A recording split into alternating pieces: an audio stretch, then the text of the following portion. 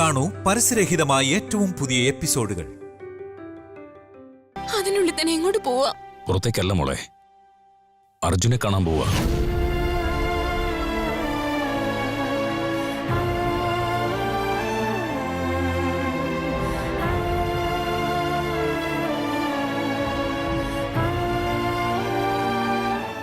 വാ മോളെ ഭവാനി, അകത്തോട്ട് പോ. വാ.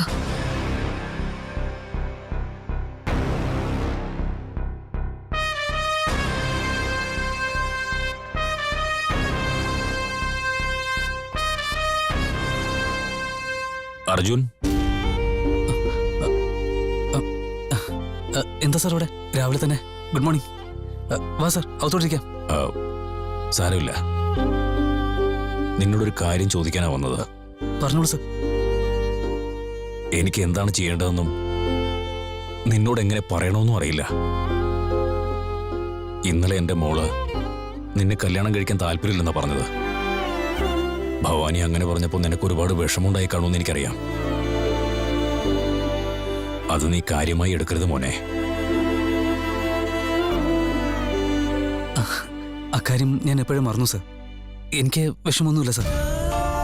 അയാൾക്കും അയാളുടേതായിട്ടുള്ള ഇഷ്ടങ്ങൾ കാണില്ല സാർ. അവളുടെ ചേട്ടൻ കൈ പിടിച്ചേൽപ്പിച്ചാൽ മാത്രമേ കല്യാണം കഴിക്കൂ എന്നുള്ളത് കൊണ്ട് അവൾ അങ്ങനെ പറഞ്ഞത്. അല്ലാതെ നിന്നോടുള്ള ഇഷ്ടക്കുറവുകൊണ്ടല്ല. ഒന്ന് കല്യാണം നടത്തി കൊടുക്കുമെന്ന് വിചാരിച്ച എന്റെ മകൻ ഇപ്പോ ജീവിച്ചിരിപ്പില്ല.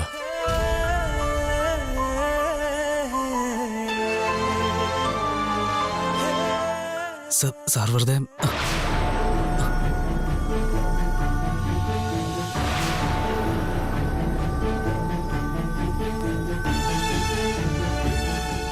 എന്റെ മോളെ നീ കല്യാണം കഴിക്കണം മോനെ.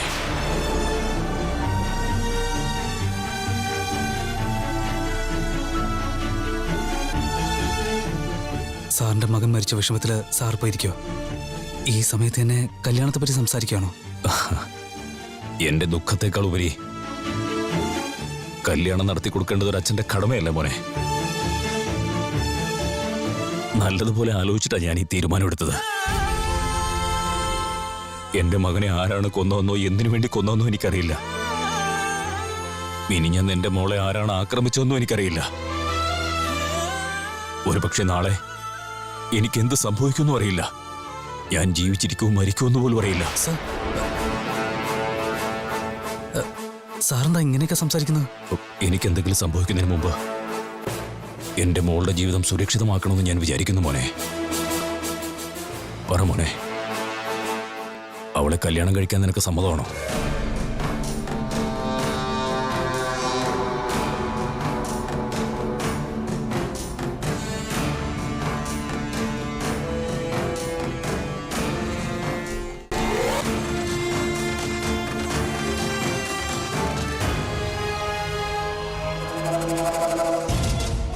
സാറിന്റെ മകൻ ഇങ്ങനെയൊക്കെ സംഭവിച്ചതിന് ശേഷം സാർ ഇങ്ങനെയൊക്കെ ചിന്തിക്കുന്നതിലും പറയുന്നതിലും യാതൊരു തെറ്റും പറയാൻ പറ്റില്ല.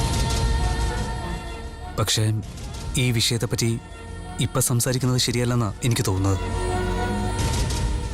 ചടങ്ങുകളൊക്കെ തീർന്നതിന് ശേഷം നമുക്കതിനെപ്പറ്റി സംസാരിച്ചാൽ പോരെ? അവന്റെ ചടങ്ങ് കഴിയുന്നതിന് മുമ്പ് എനിക്കാരെങ്കിലും കർമ്മം നടത്തേണ്ടി വരുമോ എന്ന് ഭയമാണ് മോനെ.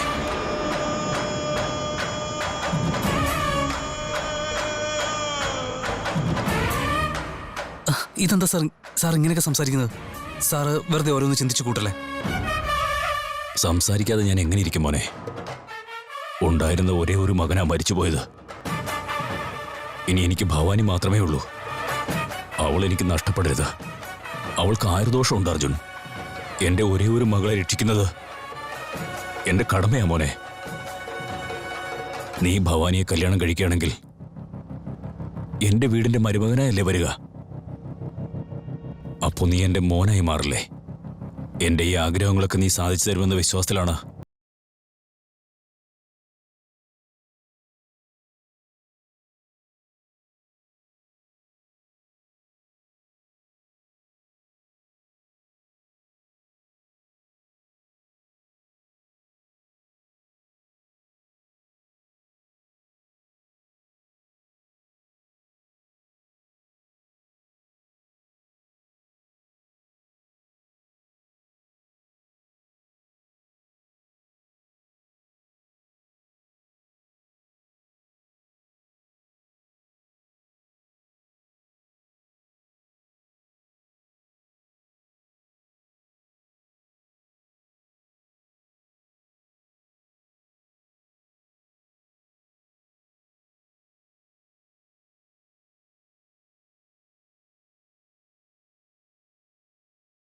ഇരിക്കെ, ഞാൻ എൻ്റെ പേരൻസിനെ കൂട്ടിക്കൊണ്ട് വരാം.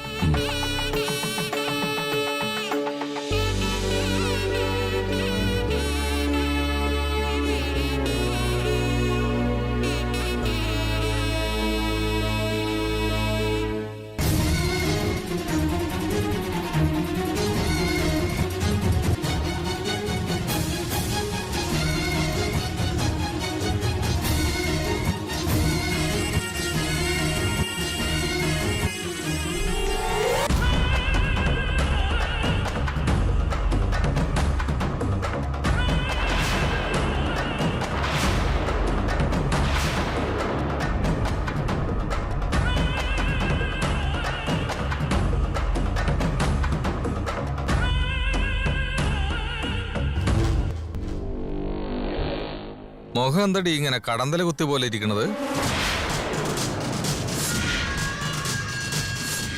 എന്ത് പറ്റിയടി? നമ്മുടെ വീടിന് മുന്നിൽ ഒരുത്തൻ ടെന്റ് കെട്ടി കിടക്കുന്നില്ലേ, അവന് ഭവാനിയെ കല്യാണം കഴിപ്പിച്ച് കൊടുക്കാൻ പോവാ നിങ്ങളുടെ അളിയൻ. സത്യാണോ? സത്യമാണോന്നോ? അല്ല, ചേട്ടനും അമ്മയും എല്ലാരും കൂടെ സംസാരിച്ച് തീരുമാനിച്ചത് എന്താണെന്ന് അറിയുമോ? ദേ അവനില്ലേ ഇവിടെ വലിഞ്ഞു കയറി വന്ന അവൻ. ആദിത്യം മരിച്ചതുപോലെ അവനെയും വല്ല പാമ്പോ തേളോ കൊത്തി കൊന്നിരുന്നെങ്കിലും മതിയായിരുന്നു, ശല്യം തീർന്നേനെ. അവൻ പോകുന്നത് കൊണ്ട് നമുക്ക് ഒരു ലാഭവും ഉണ്ടാവില്ലടി. അവൻ പോയാ ഇനി ഒരുത്തം വന്നു ചേരും.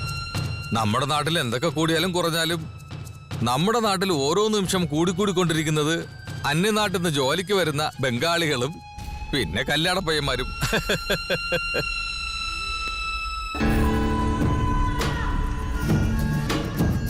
ചാവാൻ വിധിക്കപ്പെട്ടത് അവനല്ലടി, നിന്റെ ചേട്ടനാണ്.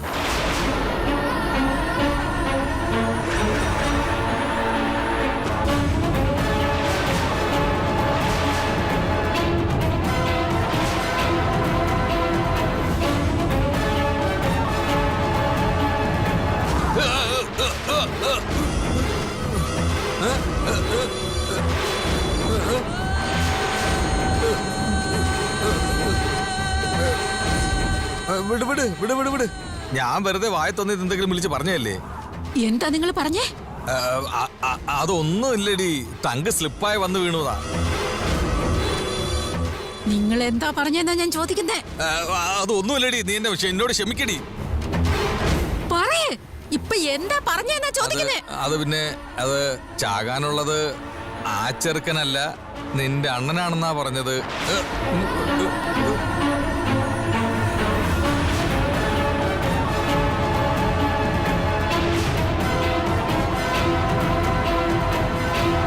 അങ്ങനെയാണെങ്കിൽ അത് നന്നായിരിക്കും. പക്ഷേ എങ്ങനെയാ അത് സംഭവിക്കുക?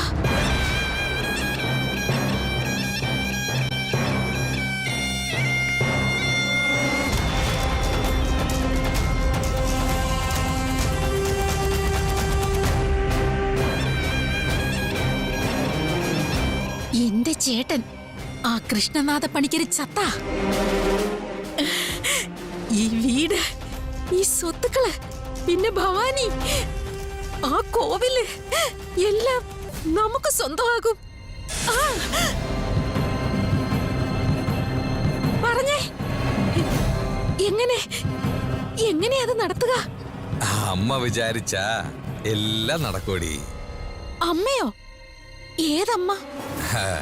അമ്മയെന്ന് പറഞ്ഞ പകലിനെ രാത്രിയാക്കാൻ കഴിവുള്ള അമ്മ, ചോദിക്കുന്ന വരം തരാൻ കഴിവുള്ള അമ്മ, എല്ലാ മഹാത്ഭുതങ്ങളുമുള്ള ആ അമ്മ. ശുക്ലാംബരധരം വിഷ്ണും ശശിവർണം ചതുർഭുജം പ്രസന്നവദനം ധായേ സർവവിഘ്നോപശാന്തേ ഗജാനനം ഭൂതഗണാതിസേവിതം അവിത്തജം ഭൂവലസാരഭക്ഷിതം ഉമാസുതം ശോകവിനാശകാരണം നമാമി വിഘ്നേശ്വര പാദപങ്കജം. ശുക്ലാംബരധരം വിഷ്ണും ശശിവർണം ചതുർഭുജം പ്രസന്നവദനം ധായേ സർവവിഘ്നോപശാന്തേ ഗജാനനം ഭൂതഗണാതിസേവിതം പവിത്തജം ഭൂവലസാരഭക്ഷിതം ഉമാസുതം ശോകവിനാശകാരണം നമാമി വിഘ്നേശ്വര പാദപങ്കജം ശുക്ലാംബരധരം വിഷ്ണും ശശിവർണം ചതുർഭുജം പ്രസന്നവദനം ധായേ. എന്ത് ചെയ്തോണ്ടിരിക്കുക? ഇന്ന് നിന്റെ ചേട്ടൻ മരിച്ച ദിവസമാ. ഇന്നത്തെ ദിവസം ഇതുപോലെ ബലി നൽകിയ അവരുടെ ആത്മാക്കൾക്ക് ശാന്തി കിട്ടും. എന്റെ ഏട്ടൻ മരിച്ചു പോയി നിങ്ങളോട് ആരാ പറഞ്ഞത്?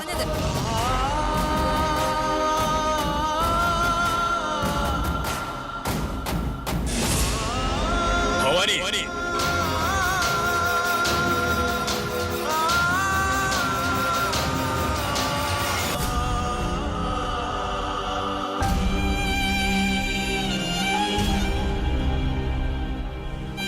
ചേട്ടൻ മരിച്ചു എന്നുള്ളത് നിങ്ങളുടെ മാത്രം വിശ്വാസമാണ്.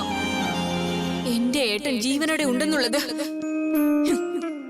എന്റെ വിശ്വാസമാണ്. ശാസ്ത്രം പടി ഇവിടെ നടന്ന പൂജകളെല്ലാം തന്നെ ശരീരം ദഹിപ്പിച്ചതിന് ശേഷം നടത്തേണ്ടതാണ്.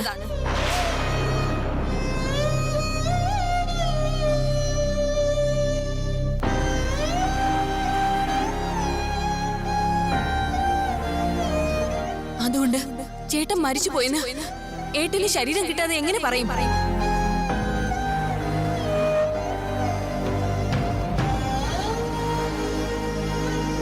ശുക്ലാംബരധരം വിഷ്ണും ശശിവർണം ചതുർഭുജം പ്രസന്നവദനം ധായേ സർവവിഘ്നോപശാന്തേ. ഗജാനനം ഭൂതഗണാതിസേവിതം അവിത്തജം ഭൂവലസാരഭക്ഷിതം ശോകവിനാശകാരണം നമാമി വിഘ്നേശ്വര പാദപങ്കജം ശുക്ലാംബരധരം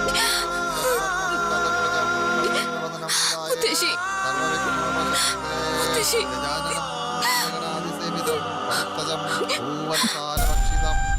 ഉമാസുതം ശോകവിനാശകാരണം നമാമി വിഘ്നേശ്വര പാദപങ്കജം. നമ്മൾ എത്ര കരഞ്ഞാലും പോയവര് തിരിച്ചു വരില്ല മോളെ. തലയിലെഴുത്ത് എന്തായാലും അതുപോലെ തന്നെ നടക്കൂ. വിഷമിക്കാതിരിക്കണം. ശരിക്കും കാര്യം എന്താണെന്ന് അറിയാതെയാണ് അന്ന് ഞാൻ നിങ്ങളോടൊക്കെ ഏട്ടന്റെ ബോഡി കിട്ടിയോ അത് ദഹിപ്പിച്ചോ എന്നൊക്കെ ഞാൻ ഇടയ്ക്ക് നിങ്ങളോട് ചോദിച്ചത്. അന്നും ഇന്നും എന്ത് വ്യത്യാസമുള്ളെന്ന് പറ മുത്തശ്ശി. അന്നും ഇതുപോലെ തന്നെയാ പൂജ നടന്നത്, ഇപ്പോഴും അങ്ങനെ തന്നെയാ പൂജ നടക്കുന്നത്. ഞാനാണ് ഒരു കാരണമില്ലാതെ ഏട്ടത്തിയുടെ മനസ്സിൽ ആവശ്യമില്ലാത്ത ആഗ്രഹങ്ങൾ കുത്തി നിറച്ചത്.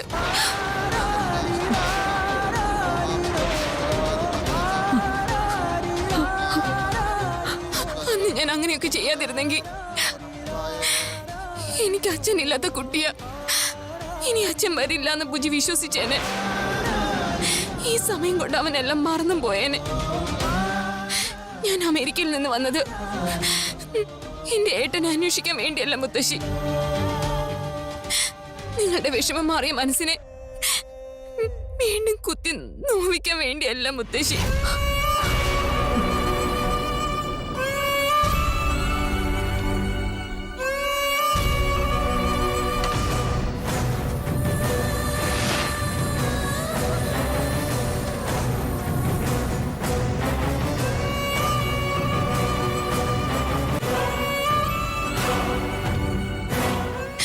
എന്നോട് ക്ഷമിക്കൂ അച്ഛൻ.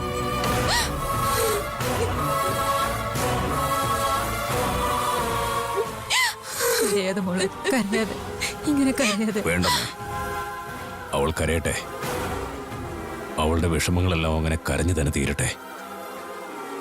അപ്പൊ അവളുടെ മനസ്സ് കുറച്ച് ശാന്തമാവും. അവൾ കരഞ്ഞോട്ടെ.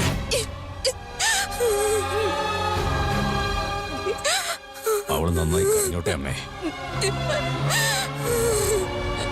കൃഷ്ണനാഥ പണിക്കർ അദ്ദേഹം ഇവിടെ വന്ന് തൊഴുതോളൂ. വിഷ്ണും ശശിവർണം ചതുർഭുജം പ്രസന്നവദനം ധായേ സർവവിഘ്നോപശാന്തേ. ഗജാനനം ഭൂതഗണാതിസേവിതം അവിത്തജം ഭൂവലസാരഭക്ഷിതം ഉമാസുതം ശോകവിനാശകാരണം നമാമി വിഘ്നേശ്വര പാദപങ്കജം ശശിവർണം ചതുർഭുജം പ്രസന്നവദനം ധായേ സർവവിഘ്നോപശാന്തേ. ഗജാനനം ഭൂതഗണാതിസേവിതം അവിത്തജം ഭൂവലസാരഭക്ഷിതം കൃഷ്ണനാഥ പണിക്കരെ, ഈ പിണ്ടമെടുത്ത് വീടിന് പുറത്തേക്ക് വെച്ചോളൂ.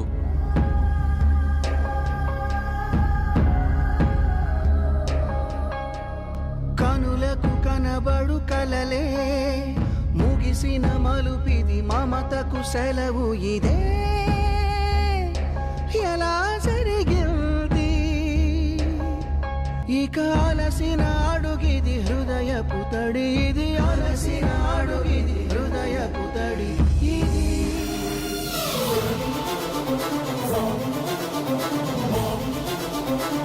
നിന്റെ അച്ഛനെ വളരെ നന്നായി ശ്രദ്ധിക്കേണ്ട ഒരു സമയമാണ്.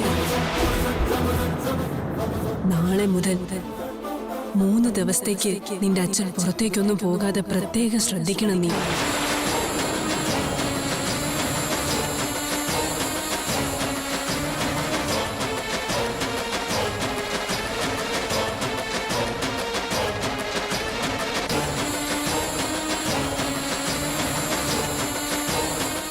അച്ഛൻ എവിടെ പോയി മുത്തശ്ശി?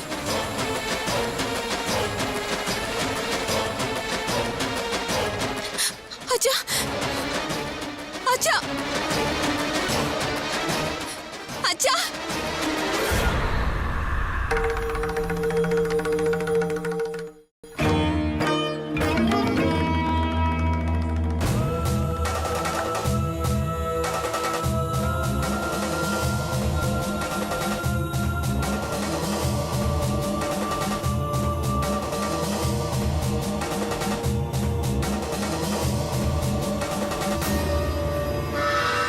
അച്ഛാ, എന്താ മോളെ?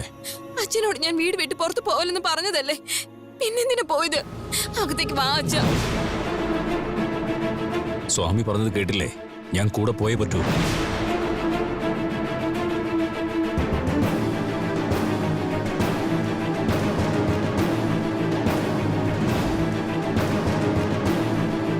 അതൊന്നും എനിക്കറിയില്ല. അച്ഛൻ വീട് വിട്ട് പുറത്ത് പോകാൻ പാടില്ല.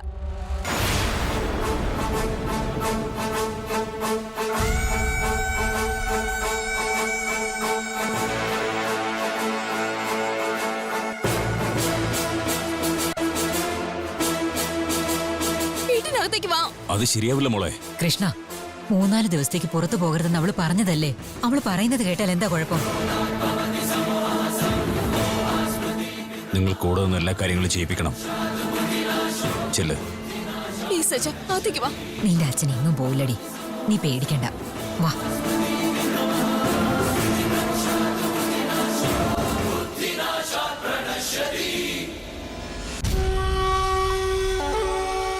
എന്ത് ചെയ്താലും നിങ്ങളുടെ മകൾക്ക് നിങ്ങൾ രക്ഷിക്കാൻ കഴിയില്ലളിയ.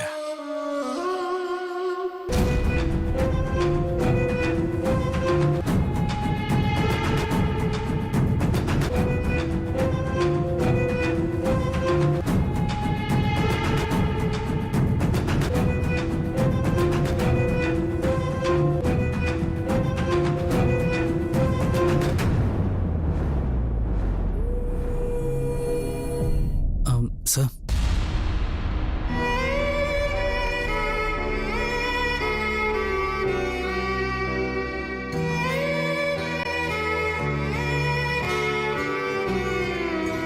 ഞാൻ പോയിട്ട് വരട്ടെ. എന്നെ മനസ്സിലാക്കിയതിന് വളരെ നന്ദി മോളെ. ഞാൻ പോകുന്നത് സാറിന് വേണ്ടി മാത്രമല്ല, എനിക്കും കൂടി വേണ്ടി തന്നെയാ. ഇതിനൊക്കെ എന്തിനാ സർ താങ്ക്സ്. ഞാൻ പോയിട്ട് വരട്ടെ സർ. മുത്തശ്ശി ഇവിടെ ഉണ്ടായിരുന്നോ? ഞാൻ പോയിട്ട് വരട്ടെ. പോയിട്ടോ മോനെ. മോനെ, പറ്റുമെങ്കിൽ നിന്റെ വീട്ടുകാരെ എത്രയും പെട്ടെന്ന് ഇങ്ങോട്ട് പറഞ്ഞയക്കാൻ നോക്കും മോനെ.